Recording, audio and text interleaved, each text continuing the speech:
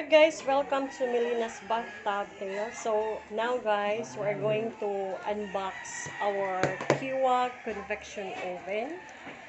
So I bought this one for 1,999. So if you don't have any oven at home, you can just buy this one for a very convenient price. So mauna ni siya guys.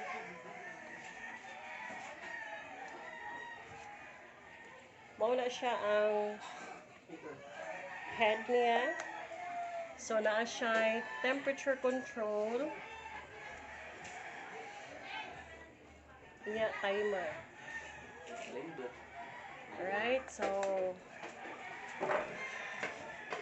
mauna ni siya ang naa siya kauban nga rack. Depende kung ganahan ka mo gamit sa mubo or kanibang taas.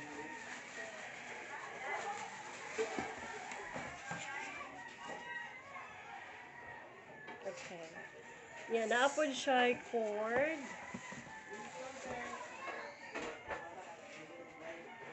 Yan, naapod siya stand.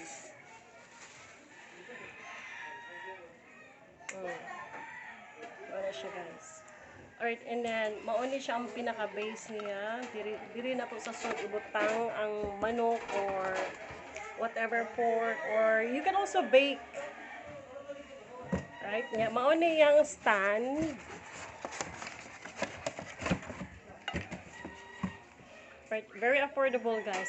So, karon guys, we're going to try this one and let's see kung nindot siya. And just stay tuned. Bye-bye. Okay, so atong itawd ang cable niya, yung wire.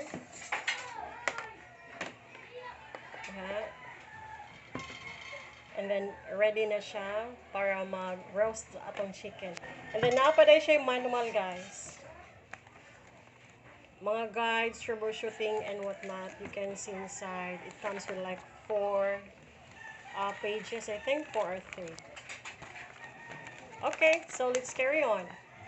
So ato nang gibutang guys ang atong chicken. Gamay lang akong gibutang guys kay para testing naman.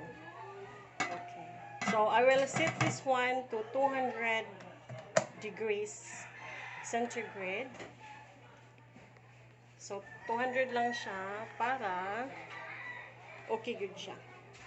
So muna ni siya guys. Look.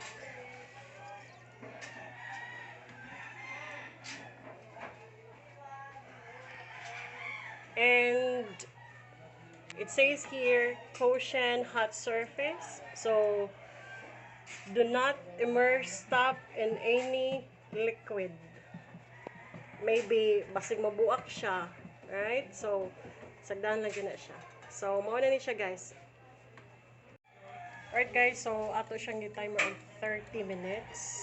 Kay gamay raman atong manok. So that's it, it's already working. So 30 minutes a day na to. Happy days. Video mo 10 minutes. So mao na tong Kyowa Convection oven.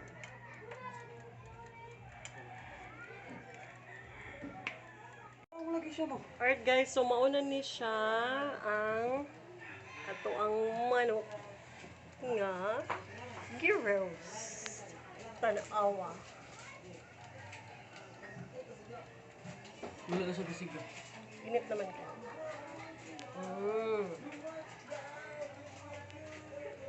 Pang video.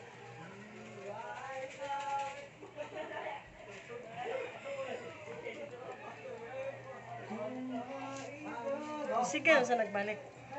Sige nga siya balik. Kapunan ni mo ka ng bisig daw. Okay guys, update ka mo sunod. Magluto.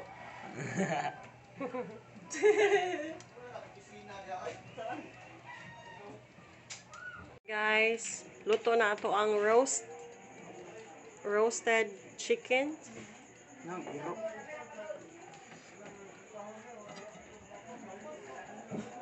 Oh, lovely. Yummy. Yummy. Yan na may color. Gandito. Ready na pa ni hapon.